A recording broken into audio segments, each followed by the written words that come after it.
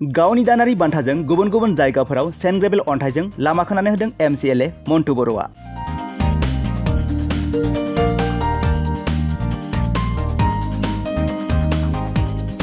दिनै 22 नं कक्लाबारि बियाबनि MCLA मन्टु बर'आ गावनि बियाबनि सिङाव थानाय गुबुन गुबुन लामाफोराव रायजोनि हान्थामेलानि थाखाय गावनि दानारि बान्थाजों सेन्ट ग्रेभेल अन्थाइ खोनानै होदों।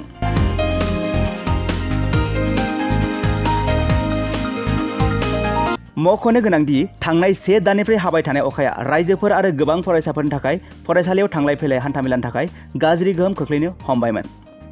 बेबायदिनो गोबां रायजोनि हास्थायनाय बायदि आरो 22 नं कक्लाबारि बियाबनि MCLA मन्टु बर'नियाव गोबां रायजोआनो हान्थामेलानि जेंनाजों भुगिनांनायखौ सावरायनायनि उनाव दिनै बाक्सा जिल्ला 22 नं कक्लाबारि बियाबनि MCLA मन्टु बर'आ गावनि बियाबनि सिङाव थानाय दैसागुरि गामियाव 900 मिटारसो लामा आरो खुमगुरिनिफ्राय आख्रासिम थांनाय 4-5 किल'मिटारसो गोलाव लामा गब्र'ना थानाय लामाफोरखौ गावनि दानारि बान्थाजों सेन्ट ग्रेभेल अन्थाइ खोनानै होयो।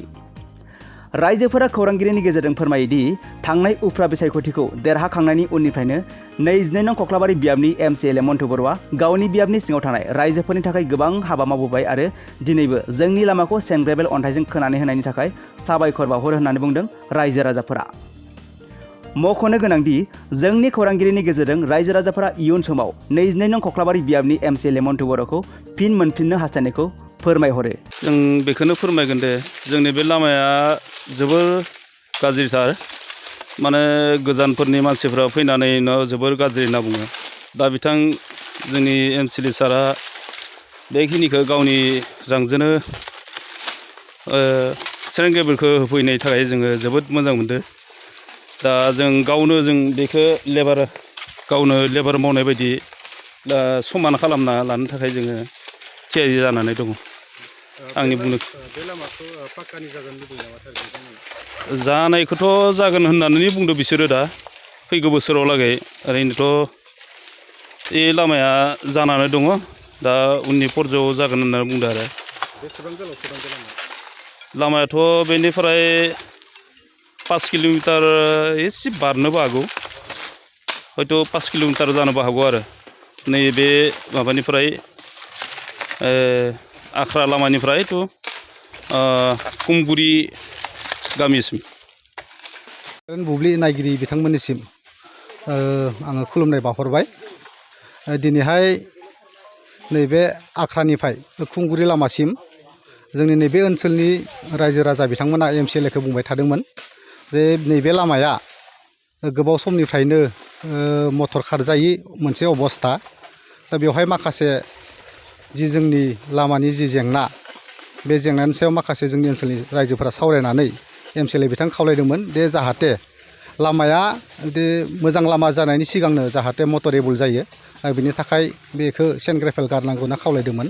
आरो बे हिसाबै दिनैहाय जोंनि 22 नं कक्लाबारि समस्तिनि मानगोनां MCLA सारा जोंनो बे आख्रानिफ्राय खुमगुरि जि लामा, बे लामासिम सेन्ट ग्रेभेल गारना होदों। बिनि थाखाय जोङो मानगोनां बिथां MCLA सारनिसिम रायजोनि जानानै रोजा रोजा साबायखर बावदों आरो मिजिंथिदों नैबे सेन्ट ग्रेभेलनि उनावनो हयथ' दैज्लांनि उनावनो नैबे जोंनि जि लामा, बे लामाया जाहाथे मोनसे मोजां लामा जायो। बेनि थाखाय रायजो राजा बिथांमोना मोनसे हास्थायदों आरो बे हास्थायनायखौ जाहाथे बिथाङा सुफुङो, बेनि थाखाय आं बिथांखौ नैबे ओनसोलनि जानानै गोसो गोरबोजों खावलायनाय जाबाय। बे लामाया बेसेबां गोलाव जागोन? नैबे लामाया जों जुदि नायोब्लाथाय खमैबो 4 किल'मिटारनि खम जानाय नङा। बेसेबां बुरजानि बेवहाय सेन्ट ग्रेभेल गारनाय जादों? बिथाङाथ' बुंदों बेवहाय जायखिजाया लामाया जिखिनि गाज्रि जाना दङ, जिखिनि गाज्रि लामा, बेखिनिखौ जाहाथे आबुं जायो, मोजां थांलाय फैलायनि थाखाय जाहाथे सुबिदा जायो, बेखिनिखौ नायै गारनानै हो होननानै बिथाङा जोंखौ बुंहरदों। समाव जोंनि बे दैसागुरि गामिया जों गामिनिफ्राय हरिसिंगासिम फैनाय लामाया जोबोर गाज्रि हालोदाव दंमोन। बेखायनो जोंनि बे गाज्रि हालोदखौ नुनानै जोंनिनो लादनि MCLA बिथां मन्टु बर' सारा 6-7 गारिसो सेन्ट ग्रेभेल गारना होनानै जोंनि बे लामाखौ थांलाय फैलाय खालामनायाव सुजुग सुबिदा होनायनि थाखाय बिथांनिसिम जों रोजा रोजा साबायखर बावहरनाय जाबाय। गामिया नोंथांमोननि दैसागुरि गामि।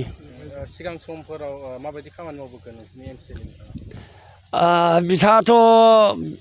बिथाङा एमसिएलए जानायनिफ्रायनो जोंनि बे दैसागुरि गामियाव जोंनि बे फरायसालि लुना होबाय आरो दै मा होनोमोन बेखौ वाटार साप्लाइ बेखौबो जों मोननो हाबाय बिथांनि जरिदावनो दा लामाखौबो जुदि सेन्ट ग्रेभेलनि उनाव